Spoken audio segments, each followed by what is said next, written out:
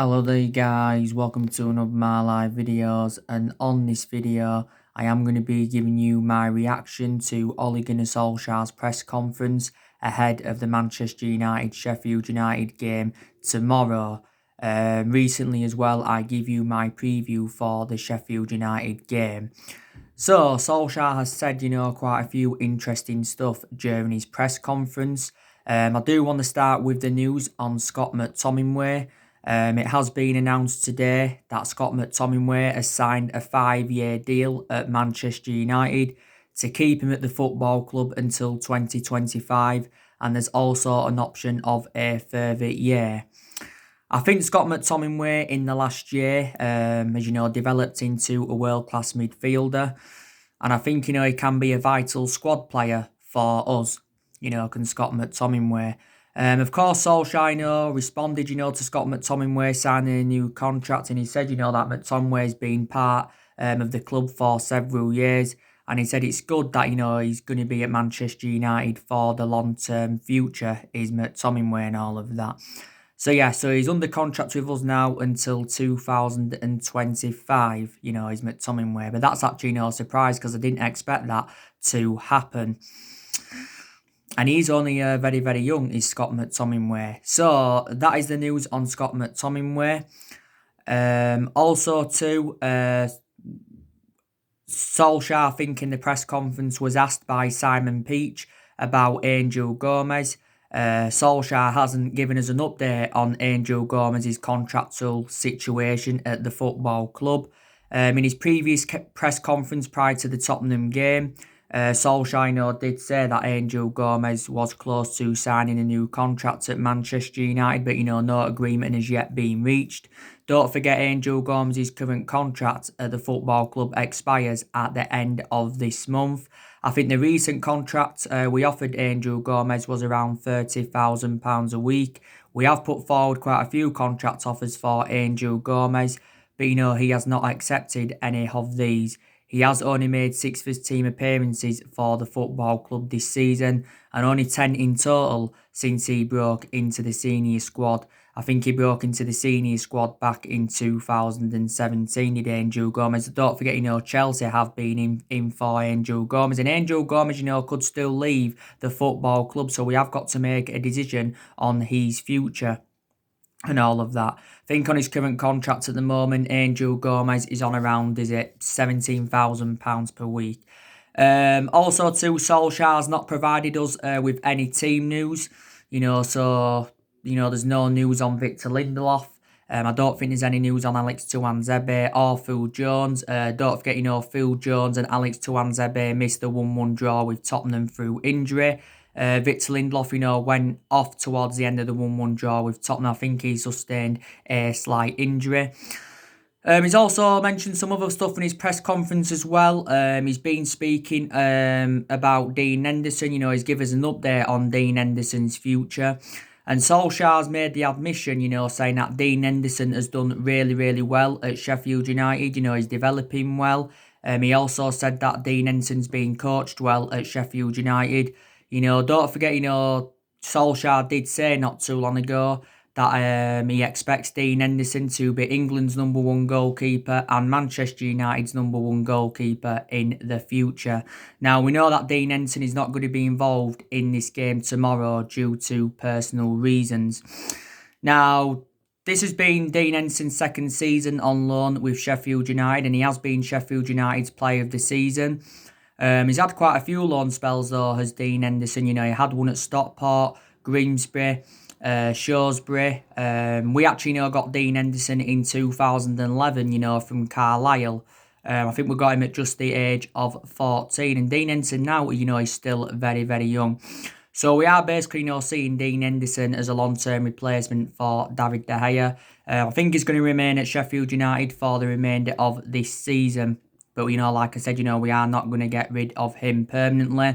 Like I updated you this morning on my video that I did, it says that Dean Henderson will sign a new contract with Manchester United as long as he's guaranteed to be our #1 goalkeeper for next season.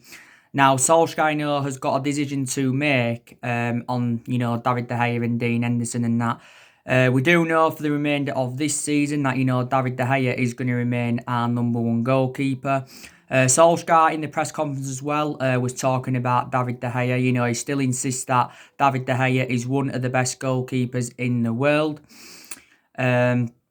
Obviously, he was talking about, the error that he made in the game on Friday against Tottenham, that led to Steven Bergwijn's goal, because in reality, David De Gea should have saved that. He really, really should have saved that. Don't forget on Friday, like I mentioned on my recent videos, Roy Keane had criticised David De Gea. But, he also criticised Harry Maguire and Luke Shaw because they were also accountable for Steven Bergwijn's goal as well. Don't forget Roy Keane did say that David De Gea and Maguire should get the taxi back to Manchester. He also said that David De Gea is overrated and he said he's sick to death of this goalkeeper. But Solskjaer has come out and defended David De Gea. I think I've just read a stat, by the way, and I think it says that David De Gea is made as many errors than any goalkeeper in the Premier League since like August 2018. Well, I think I might not have got the stat fully right, but I think it's something like that anyway, because David De Gea has been a liability, in the last couple of years, reflecting on the amount of mistakes he has made and all of that.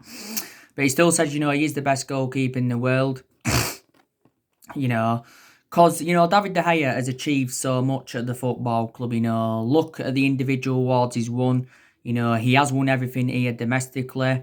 Like Solskjaer said in the press conference, David De Gea, this has been his 9th season at Manchester United. And obviously, he's approaching now his 10th year at the football club. He has been here since the Alex Ferguson era.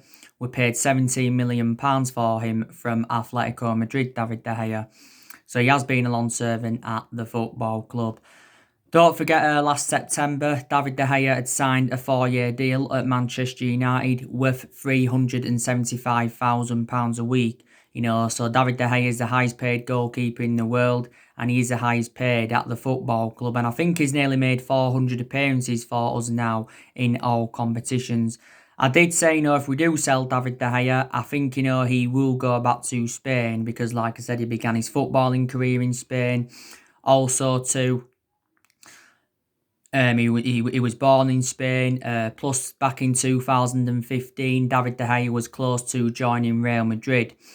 But the main explanation why his move to Real Madrid didn't materialise was due to the fax machine on deadline day. So he ended up, remaining at Manchester United. But David De Gea is now into his late 20s. But, I've got to be honest with you, he has made a lot of mistakes. But maybe Roy Keane went over the top, he did go a bit too far. But, Solskjaer has actually, come out and defended David De Gea. But he is going to remain our number one goalkeeper for the remainder of the season because Dean Nelson's going to stay at Sheffield for the remainder of the season. We've also got Sergio Romero. I think his current contract expires next year. Sergio Romero isn't reliable enough to become our number one goalkeeper for the rest of the season. He really plays in the cup games. Joe Prairie, he's out on loan. Lee Grant, he's hardly, played, since we got him from Stoke. I think we got Lee Grant in Jose Mourinho's final transfer window. So these are the stuff that Solskjaer has been speaking about in his press conference. This, some of the stuff, he has been talking about. So yeah, so that's, what he really said. He's obviously, said other things as well, building up to the game against Sheffield United. He was saying like, Sheffield United, are going to be up for this game tomorrow. I think Sheffield United may be missing Jack O'Connell. I think he's injured. John Egan, he's definitely not going to miss the game for Sheffield United because, he got sent off in Sheffield United's 3-0 defeat to Newcastle. So he's going to be missing the game tomorrow. I heard that Phil Jagielka is doubtful as well. Phil Jagielka's a pretty decent player. I thought he had a good spell when he was at Everton. So Sheffield United, I think, have got a couple of injuries. But this is a game, Manchester United do need to win. We've got to win this game to keep our top 4 ambitions alive. Because as it stands at the moment, we are sitting 5 points behind Chelsea. And we are sitting 2 points ahead of Sheffield United. So we've got to win this game. But I think, we've got to win all our 8 remaining games. And like I said recently, I think all I think we've got the easiest running out of all the Premier League teams. And I think in reality, we should win at least 6 of our 8 remaining games. I really, really doing that.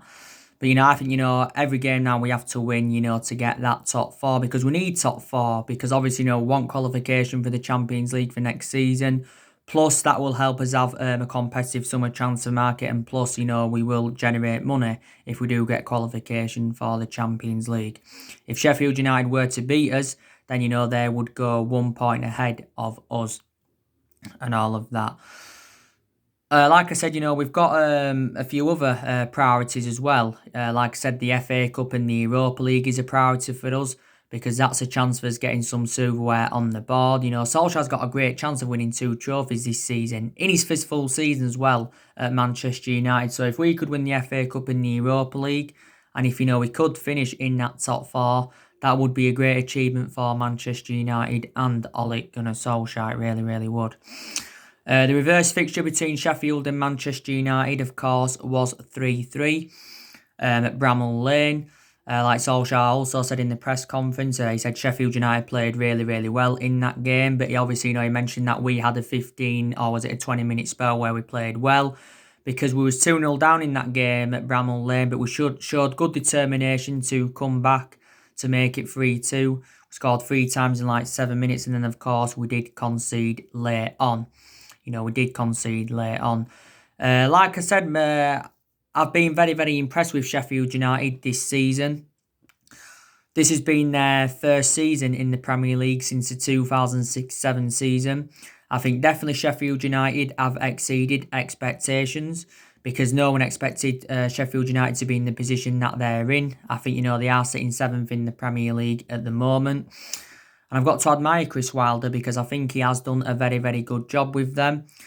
I think Sheffield United is the 5th club in his managerial career. I think this has been now his 4th season with Sheffield United. But he's progressed Sheffield United all the way from League One to 7th in the Premier League.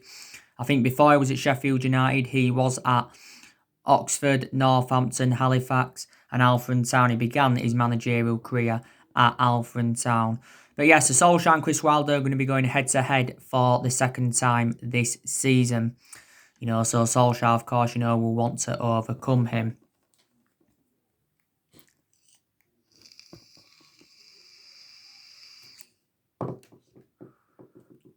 But like I said, Sheffield United have got, some good players in their team. They've got that Norwood. I think, he's a very, very good player for them. Probably one of their best players, Ollie Norwood. They've got McBurney as well. He's a good player. They've also got that John Fleck. Obviously, they've got Jack Rodwell. They've got Lynn Musset, if I've pronounced his name correctly. They've also got Billy Sharp in their team. So they have got a pretty decent team of Sheffield United. But, they will be missing John Egan. Because he's their main centre-half, is John Egan.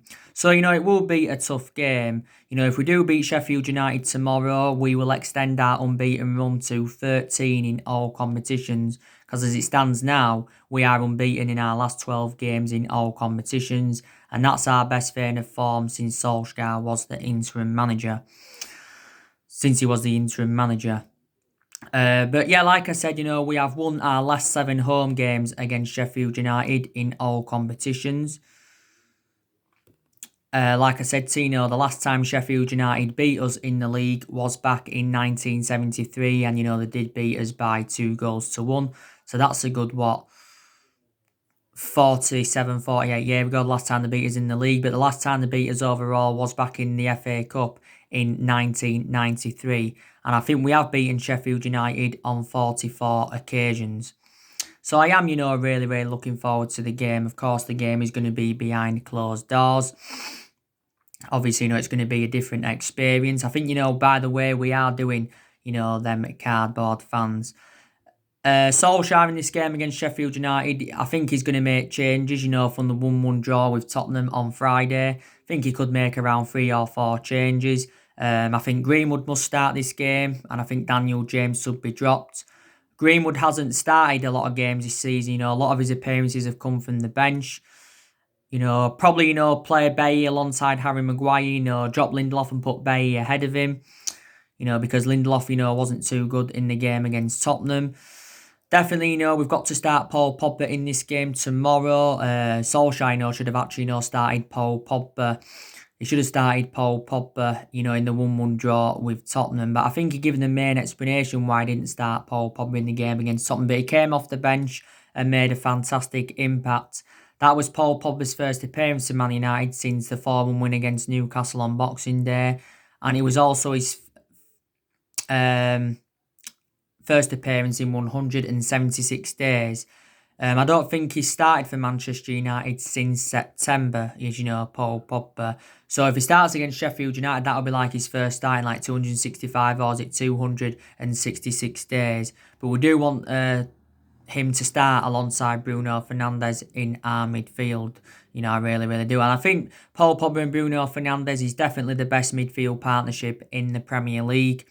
I think definitely Bruno Fernandes is key to Paul Pogba's future. He really, really is. We know Pogba's staying for the remainder of this season, probably staying next season as well. I think we have been in negotiations over extending his contract. As it stands at the moment, Pogba's got a year left on his Man United contract, but the club do have an option to extend it for a further year and all of that. Fred, he maybe dropped in this game against Sheffield. He did start in the game against Tottenham. Was quite impressive, to be fair, but, I think, he could be dropped in this game. Matic, could also start in this game against Sheffield as well. Obviously, Jesse Lingard, Brandon Williams and Juan Mata.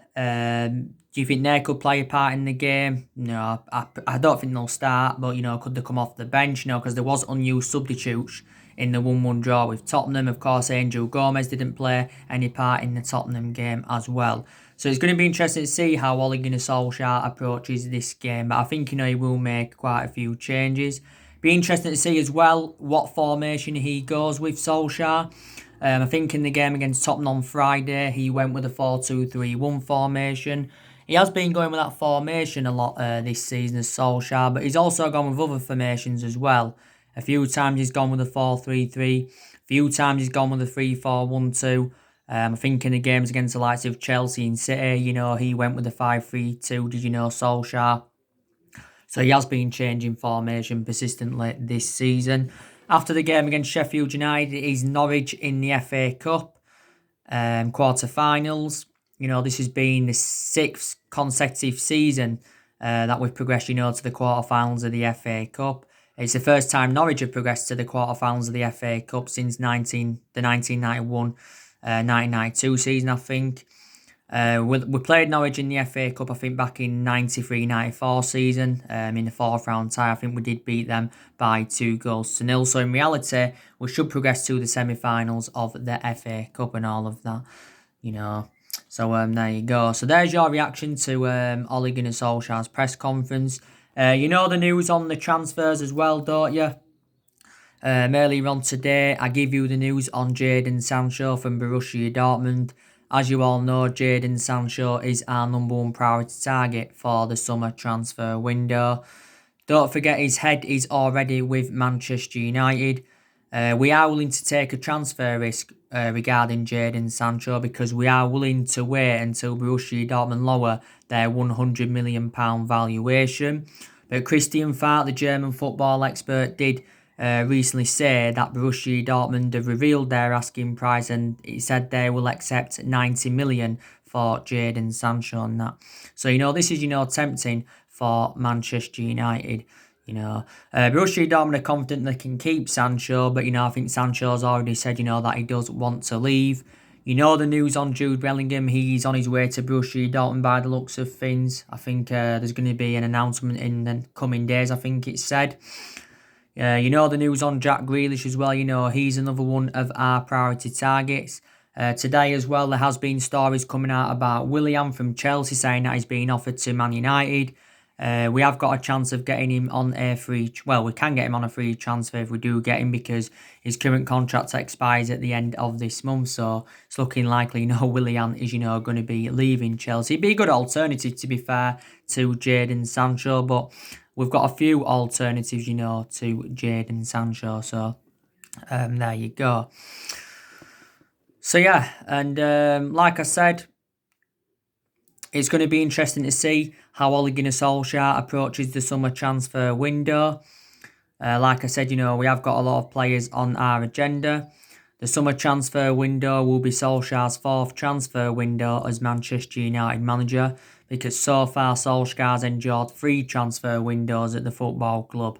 Didn't recommend anyone in his first transfer window, but in the 2 previous windows, he's recommended 5 players in and spent just over £200 million.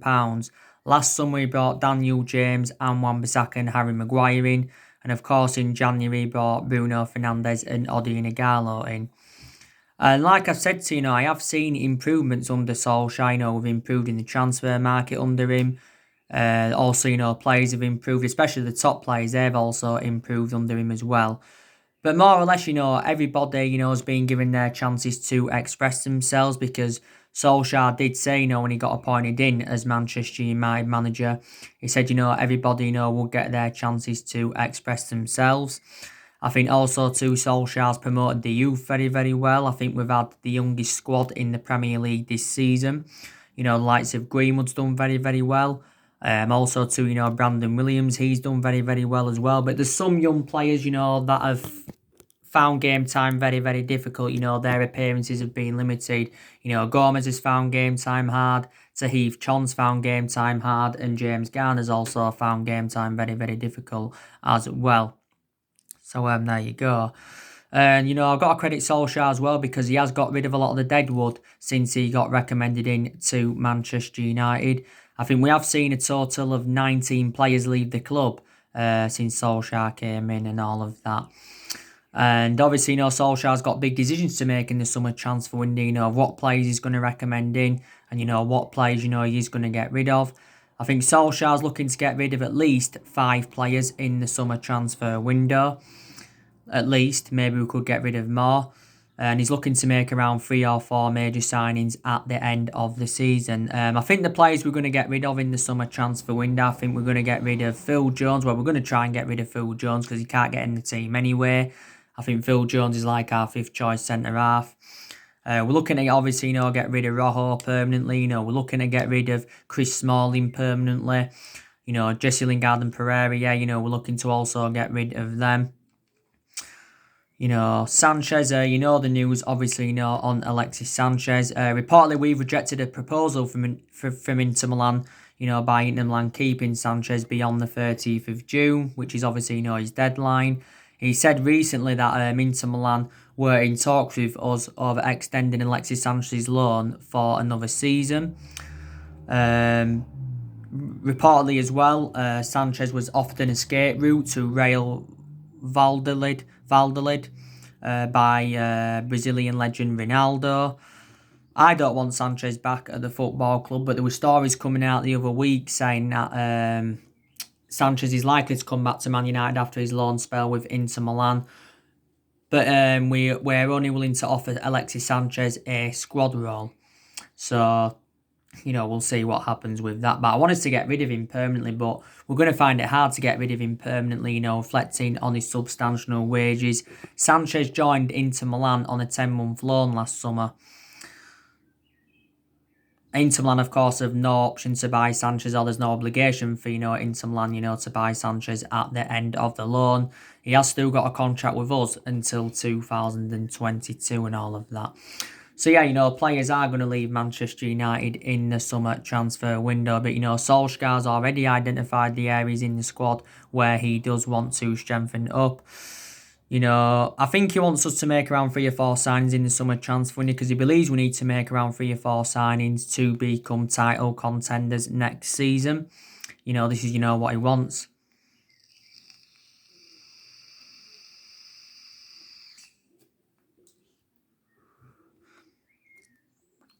This is, what he wants.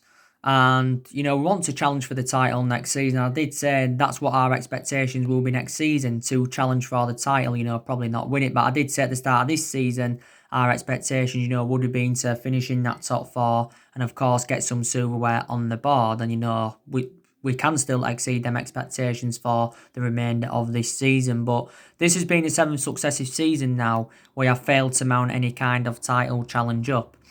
And that just indicates how inconsistent we have been in the last 7 years. We haven't won the Premier League since 2013. So the last time we won it was in Alex Ferguson's last season. Despite the fact that we've been inconsistent for the last 7 years, we are still one of the biggest clubs in the world with a fantastic history, also a fantastic fan base as well. We are the most successful team in England because we have won 20 titles, 13 of them are Premier Leagues. But my perception on Solskjaer is, give him at least another season at Manchester United and give him at least a couple of more transfer windows, because it is a transition period and all of that. And I think even if, we don't qualify for the Champions League for next season, I still think Solskjaer will be Manchester United manager next season. And if things don't work out next season, that's when I think, we will get rid of him. Some United fans, don't think that Solskjaer's a foreseeable future for the club, and some United fans think we need a manager in at the top level with a proven pedigree and all of that. But some United fans, think he is the foreseeable future for the football club. Don't get me wrong, there's still things at Manchester United that Ole Gunnar Solskjaer does need to work on. He has been at the football club now over a year and a half. I think he's nearly been at Manchester United now, nearly 19 months. So he has been here, for quite some time. Like I said earlier on in the season, we enjoyed our worst start to a Premier League season for 30 years. And reflecting on that, Solskjaer's job was under serious pressure at Manchester United, and he was that close to getting the sack. But I think what saved his job at Manchester United, outlined these reasons. I think the signing of Bruno Fernandes definitely saved his job. And the wins against the likes of City and Tottenham earlier on in the season, you can say they also saved his job at Manchester United as well. And all of that. They definitely saved his job. But I said, didn't I, in our record against the big six sides this season's been very, very good because we've taken 18 points against the big six sides this season. And, like I said, there's been a lot of problems at the football club, like cultural problems. I don't like the way the football club's been run in the last 7 years, if I'm going to be quite honest with you. I don't like the way the football club has been run. We've been very, very critical of Ed Woodward for several years. The main explanations why we've been critical of Woodward is reflecting on how poor our recruitment policy's been, us overpaying for players as well. And, just a lot of the decisions he's made, just haven't been right at Manchester United. And Woodward's been at the club since 2012. The Glazers, they've been at the football club since 2005 and all of that.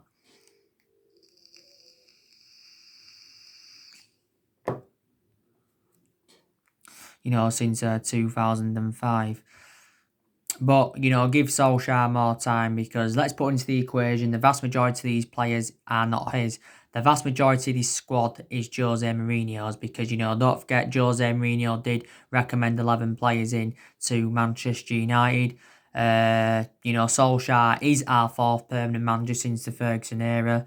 3 managers have been sacked since the Ferguson era, and that was David Moyes, Louis van Gaal and Jose Mourinho. So we've had different managers with different philosophies. We have spent close to the £1 billion range on players, including, what we've spent as well under Solskjaer since he came in. We've recruited over 30-odd players in since the Alex Ferguson era. But, we have not dominated English football since the Ferguson era. Like I've said before, Ferguson endured 26 years at Manchester United.